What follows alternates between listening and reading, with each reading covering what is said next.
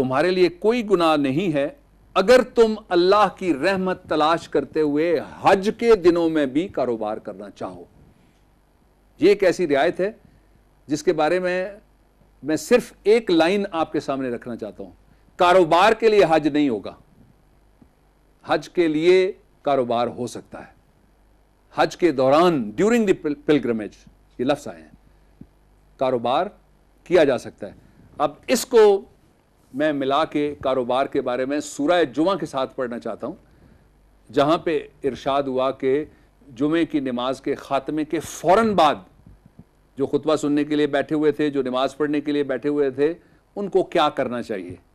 وہ بھی ایک لا ہے regarding the principles of trade and commerce and importance and significance of principles of trade and commerce for the Muslims and rest of the world, کہ لوگوں کے لیے کاروبار کتنا اہم ہے, روزی کمانا کتنا اہم ہے, اور بیع و شراء کرنا, بیچنا چیزوں کو اور ان کو خریدنا, شاپنگ کرنا, شاپنگ کے لیے چیزیں پیش کرنا, یہ کتنا اہم ہے. اس کی نسبت حج کے ساتھ قرآن حکیم نے کیا جوڑی, اور اس کی نسبت جمعے کی نماز اور جمعہ کانگریگیشن کے اوپر جمعے کے اجتماع کے ساتھ قرآن حکیم نے کیا جوڑی. انشاءاللہ یہ اس کا دوسرا لیکچر اگلے ہفتے ہوگا, اس میں یہ بات کروں گا. بہت شکریہ. بہت شکریہ ڈاکٹر صاحب. کارپوریٹ لاز ان قرآن کے سلسلے میں ڈاکٹر صاحب کے لیکچر سے آپ مستفید ہوئے. ناظرین ایک مختصر سے وقفے کے بعد حاضر ہوتے ہیں, ہمارے ساتھ رہیے گا.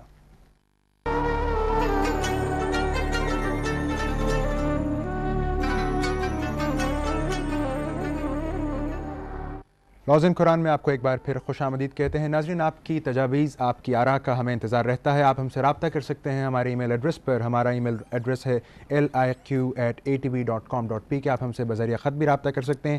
ہمارا پتہ نوٹ فرما لیجیے, پلاٹ نمبر 36 سیکٹر H9 اسلام آباد پاکستان. وقفے سے قبل آپ ڈاکٹر صاحب کی قیمتی معلومات سے پر لیکچر سے مستفید ہوئے. پروگرام کا سلسلہ آگے بڑھاتے ہیں, چلتے ہیں معزز مہمانوں کے سوالات کی جانب. جی ڈاکٹر صاحب, آپ نے ماشاءاللہ پوری قوم کے جذبات کی اس پروگرام کے ذریعے ترجمانی فرما رہے ہیں. اپنے لیکچر کے شروع میں آپ نے ای کامرس کے بارے میں فرمایا. آپ فرمائیں گے کہ اس کی وضاحت کے حوالے سے تھوڑی سی تفصیلات. ای کامرس یہ ہے جی کہ جب سے انٹرنیٹ آیا ہے, جب سے ویب سائٹس بنی ہیں, اور جب سے فیکس آیا, اور جب سے یہ ساری انرجی اس کو مختلف مقاصد کے لیے استعمال کرنا شروع کیا گیا, لوگ ویسٹرن ملکوں میں یہ بہت رواج ہو گیا ہے کہ لوگ اپنا نیٹ پہ جا کے وہیں سے آرڈر کر دیتے ہیں, ای شاپنگ کرتے ہیں. دس is e commerce number 1. Pakistan کے اندر بینکس نے آن لائن آپ کے لیے شروع کیا ہوا ہے کہ کسی جگہ جا کے, پہلے تو یہ ہوتا تھا کہ اگر کسی نے چیک دے دیا پشتہ خرا برانچ کا پشاور میں, تو اس کو میں دھابیجی بینک کراچی سے جا کے کیش نہیں کروا سکتا. لیکن اب اس کی اجازت ہے, میں وہ لے کے جاؤں گا تو آن لائن وہ چیک کریں گے کہ اس اکاؤنٹ میں جس میں چیک آیا ہے کیا اتنی رقم موجود ہے, اور چیک جینوئن ہے, وہ کنفرم کر کے تو آن لائن یہ مجھے دے دیں گے. اور اس کی بہت بڑی جو مثال ہے وہ ہے کریڈٹ کارڈز, کہ آپ کریڈٹ کارڈ پاکستان کے اندر بنوائیں اور دنیا کے کسی ملک میں جا کے آپ شاپنگ کریں. This is e commerce. You are not paying anything. آپ کی جیب میں ٹیڈی پیسہ نہیں ہے, دھیلا نہیں ہے, ضرورت ہی نہیں.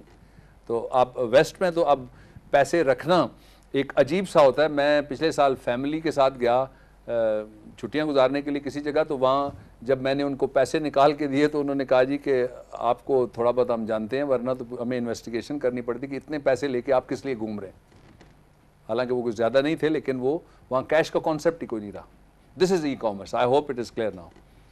جی اگلے سوال میں آپ سے لینا چاہوں گا. ڈاکٹر صاحب آپ یہ فرمائیں, آپ قرآن کے بارے میں فلم کے حوالے سے پشاور کب تشریف لائیں گے؟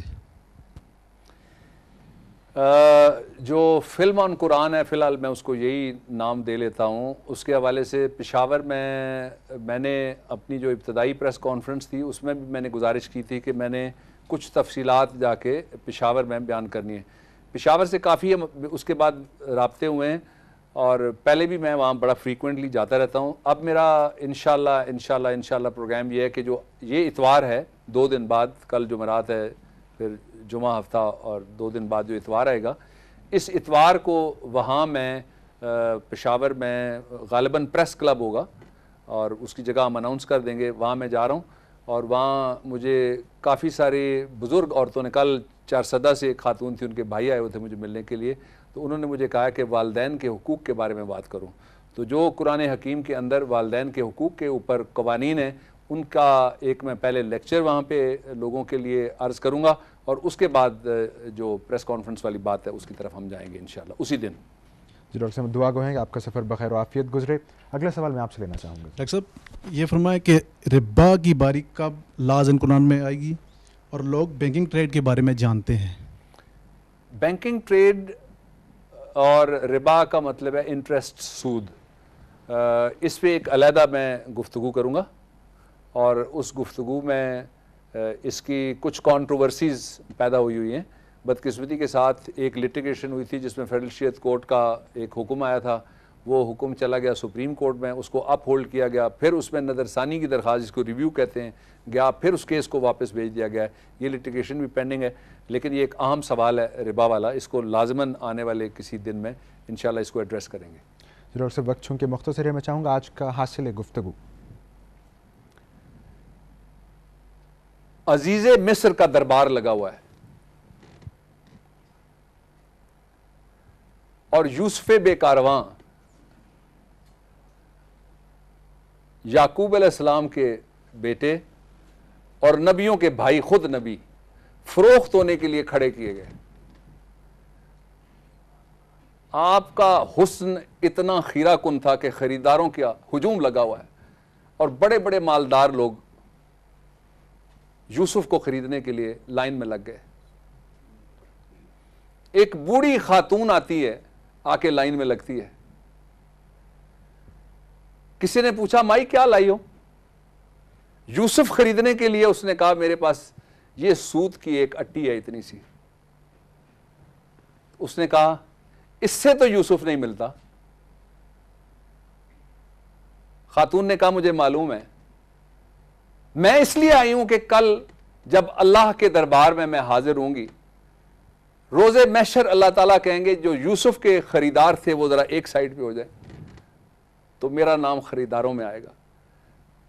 آپ یقین کیجئے جو میں اور میری ٹیم قرآن کے حوالے سے کر رہے ہیں, ہمیں اپنی کم علمی کا بھی احساس ہے, ہمیں اپنی کم مائیگی کا بھی احساس ہے, لیکن اس کے باوجود ہم یوسف کے خریداروں میں قیامت کے دن شامل ہونے کے لیے نام لکھوانے والوں میں شامل ہیں.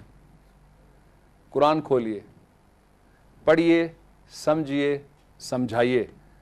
آپ بھی ان خریداروں کی صف میں آ جائیں گے. جب ایسا کریں تو مجھے اور میری ٹیم کو دعاؤں سے کبھی نہیں نکالیے گا, دعاؤں میں ہمیشہ شامل رکھیے گا, دعاؤں میں ہمیشہ یاد کیجیے گا.